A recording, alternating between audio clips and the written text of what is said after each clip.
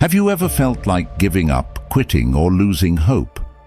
Have you ever faced challenges, obstacles, or failures that seemed insurmountable? Have you ever wondered how some people manage to overcome adversity and achieve greatness? If you answered yes to any of these questions, then this video is for you. In this video you will learn 7 Stoic lessons on how to keep going on, no matter what life throws at you. You will discover the ancient wisdom of Stoicism, a school of philosophy that taught how to live a virtuous, happy, and resilient life. These Stoic lessons will help you to progress and grow continuously in your life and to achieve your goals and dreams. They will also help you to cope with stress, anxiety, and depression, and to find peace, joy, and fulfillment. Stoicism is not a religion, nor a dogma, nor a set of rules. It is a way of thinking and acting that can be applied by anyone, regardless of their background, beliefs, or circumstances.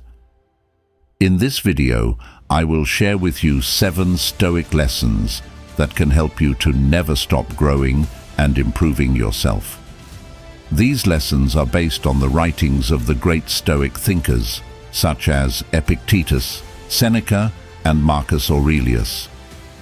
So, if you are ready to learn how to keep going on and to live a Stoic life, then watch this video until the end.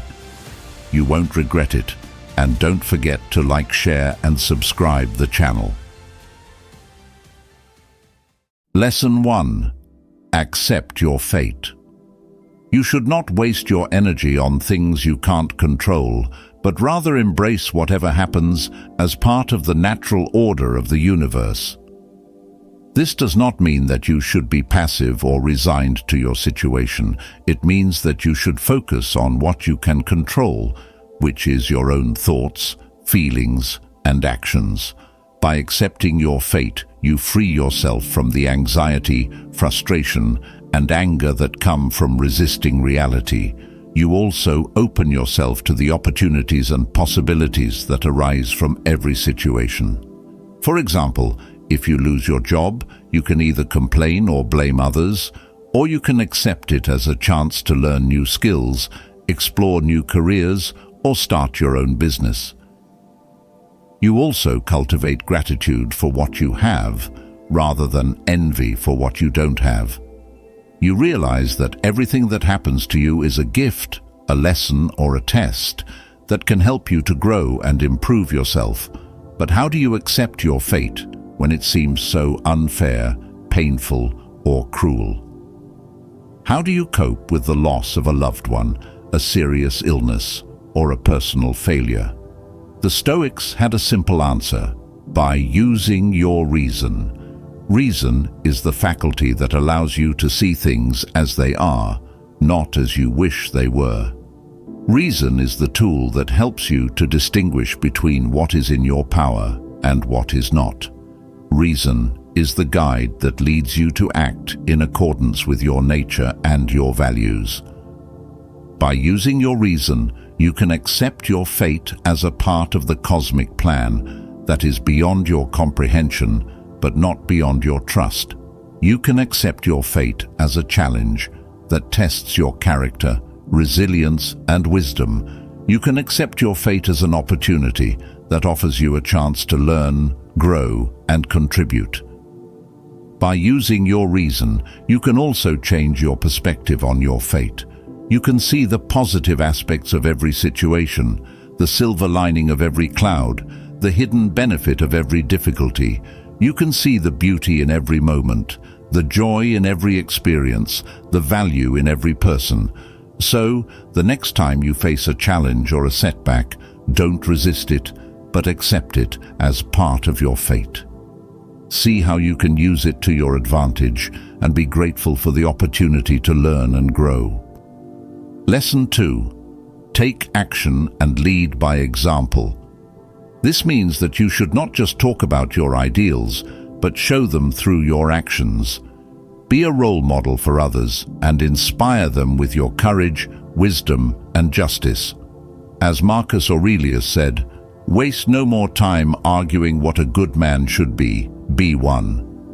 This means that you should act in accordance with your values, principles, and goals, regardless of the opinions, expectations, or pressures of others. You should do what is right, not what is easy, convenient, or popular. You demonstrate your integrity, credibility, and authenticity. You also influence others to follow your example and adopt your values. For example, if you want to be more healthy, don't just talk about it, but start eating well, exercising regularly, and sleeping enough. If you want to be more successful, don't just dream about it, but start working hard, learning new things, and taking risks. By taking action and leading by example, you also create a positive feedback loop that reinforces your confidence, motivation, and self-esteem. You see the results of your actions and you feel proud of yourself and your achievements. Action and leading by example is not only a duty, but also a joy. They taught that we should not act out of fear, greed, or vanity, but out of love, gratitude, and service. They also taught that we should not seek external rewards, such as praise, fame, or wealth, but internal rewards, such as virtue, wisdom, and peace. You align yourself with the law of nature, the virtue of courage, the aversion to passion, and the acceptance of fate. You also follow the examples of the great Stoic leaders, such as Cato, Brutus, and Marcus Aurelius, who acted and led with dignity, honor, and wisdom.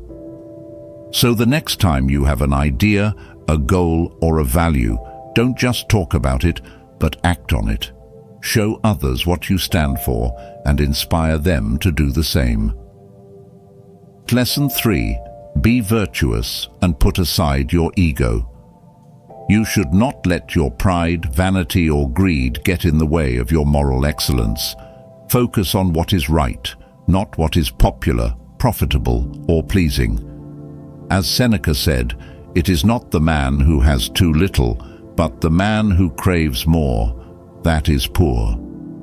This means that you should not seek external validation, recognition, or rewards for your actions, but rather do them for their own sake, because they are good and noble. You should not compare yourself to others, or try to impress them, or envy them, but rather be content with yourself and your own progress. You free yourself from the attachment, dependence, and insecurity that come from relying on external factors for your happiness. You also avoid the conflicts, resentments, and regrets that come from compromising your values for the sake of your ego. If you achieve something great, don't boast, brag, or show off, but be humble, modest, and generous. You also cultivate a sense of inner peace, harmony, and fulfillment. You realize that the true source of happiness is not in the things you have, but in the person you are. Being virtuous and putting aside your ego is not only a moral duty, but also a natural one.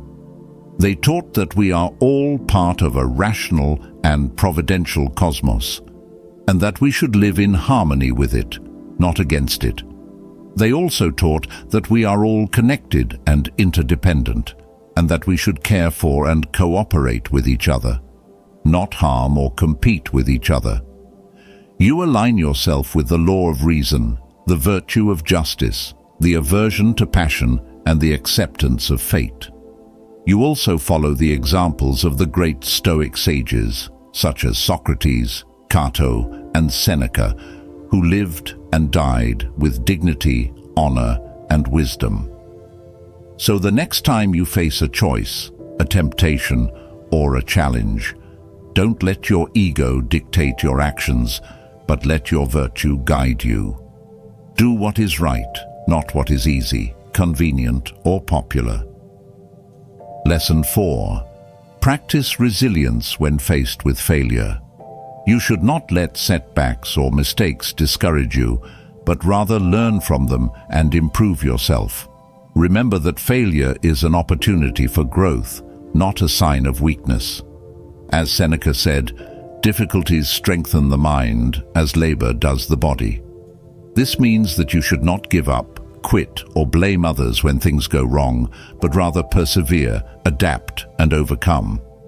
You should not take failure personally or let it define you, but rather see it as a feedback, a lesson, or a challenge. By practicing resilience when faced with failure, you develop your mental toughness, your problem-solving skills, and your creativity. You also discover your strengths, your weaknesses, and your potential. For example, if you fail an exam, don't feel ashamed, angry, or depressed, but analyze what went wrong, what you can do better, and how you can prepare for the next one.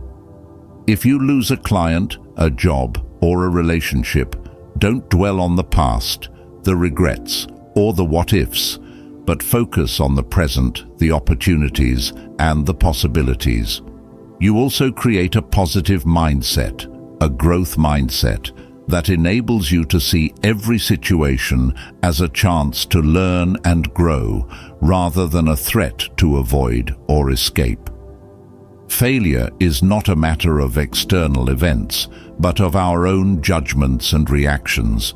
They taught that we should not attach our happiness or self-worth to things that are outside our control, such as wealth, fame, or reputation, but to things that are within our control, such as our actions, our thoughts, and our character. You detach yourself from the outcomes that you cannot influence and focus on the processes that you can improve. You also accept the reality of the situation without denying, resisting, or complaining about it, and use it as a catalyst for positive change. So, the next time you face a failure, a setback, or a mistake, don't let it discourage you, but let it motivate you. Learn from it, improve yourself, and move on. Lesson 5. Don't suffer imagined troubles. This means that you should not let your fears, worries, or anxieties cloud your judgment or paralyze your action. Most of the things we fear never happen, and even if they do, they are not as bad as we imagine. As Seneca said, we suffer more often in imagination than in reality. This means that you should not exaggerate the risks, the consequences, or the difficulties of a situation, but rather assess them realistically and rationally. You should not let your emotions, your assumptions, or your biases distort your perception of reality, but rather use your logic, your evidence, and your experience to guide you. By not suffering imagined troubles, you free yourself from the stress, the worry, and the anxiety that come from anticipating the worst. You also open yourself to the opportunities, the solutions, and the actions that can help you to deal with the situation. For example, if you are afraid of public speaking, don't imagine that you will forget your speech, that the audience will laugh at you, or that you will ruin your reputation, but rather think of the benefits, the preparation, and the feedback that you will get from it. If you are worried about a health issue, don't assume that you have a serious disease, that you will suffer a lot, or that you will die soon, but rather consult a doctor, follow the treatment, and focus on the recovery. You also cultivate a sense of optimism, confidence, and courage.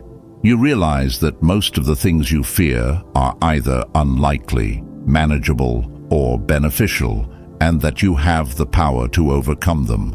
So, the next time you face a fear, a worry, or an anxiety, don't let it consume you, but challenge it. Lesson 6. Make beautiful choices.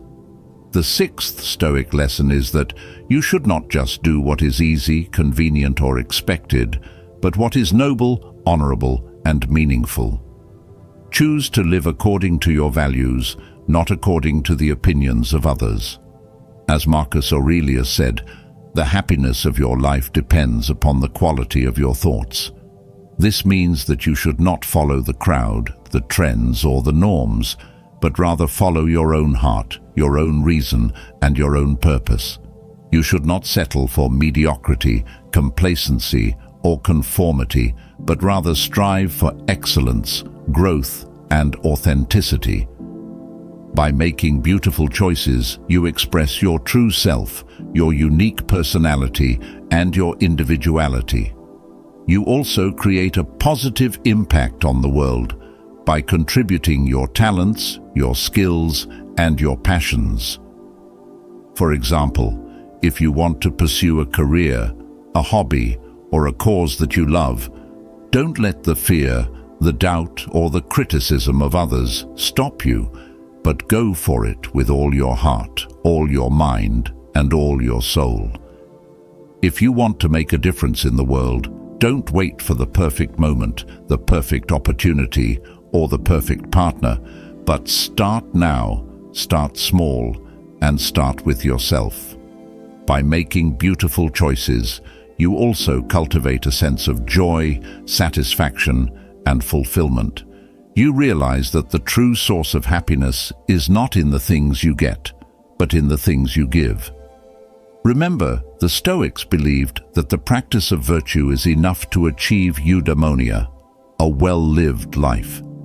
They also believed that certain destructive emotions resulted from errors of judgment, and that people should aim to maintain a will that is in accordance with nature. By making beautiful choices, you align yourself with the law of reason, the virtue of wisdom, the aversion to passion, and the acceptance of nature and its consequences. You also follow the examples of the great Stoic philosophers, such as Zeno, Seneca, Epictetus, and Marcus Aurelius, who taught and lived by these principles. So, the next time you face a choice, a dilemma, or a crossroad, don't just do what is easy, convenient, or expected, but do what is noble, honorable, and meaningful. Choose to live according to your values, not according to the opinions of others. Lesson 7. Constantly ask, is this necessary? The seventh and final Stoic lesson is that you should not clutter your mind or your life with unnecessary things, thoughts, or actions. Simplify your existence and focus on what is essential and beneficial. As Marcus Aurelius said, very little is needed to make a happy life. It is all within yourself, in your way of thinking. This means that you should not accumulate, consume, or waste more than you need, but rather be frugal, mindful, and eco-friendly. You should not distract, confuse, or overwhelm yourself with irrelevant, trivial, or harmful information, but rather be selective, focused, and informed. You should not complicate, stress, or burden yourself with needless, pointless, or harmful activities, but rather be productive, efficient, and effective. By constantly asking, is this necessary? You free yourself from the clutter, the noise, and the stress that come from having too much, knowing too much, and doing too much. You also open yourself to the clarity, the peace, and the freedom that come from having enough, knowing enough, and doing enough. For example, if you want to declutter your home, your office, or your closet, don't keep things that you don't use, don't need, or don't love, but donate, sell, or recycle them. If you want to declutter your mind, your inbox, or your social media, don't consume things that are not useful, not relevant, or not positive, but unsubscribe, unfollow, or block them. If you want to declutter your life, your schedule, or your relationships, don't do things that are not important, not meaningful, or not enjoyable, but eliminate, delegate, or automate them. By constantly asking, is this necessary, you also cultivate a sense of simplicity, balance, and harmony. You realize that the true source of happiness is not in the quantity, but in the quality of your life.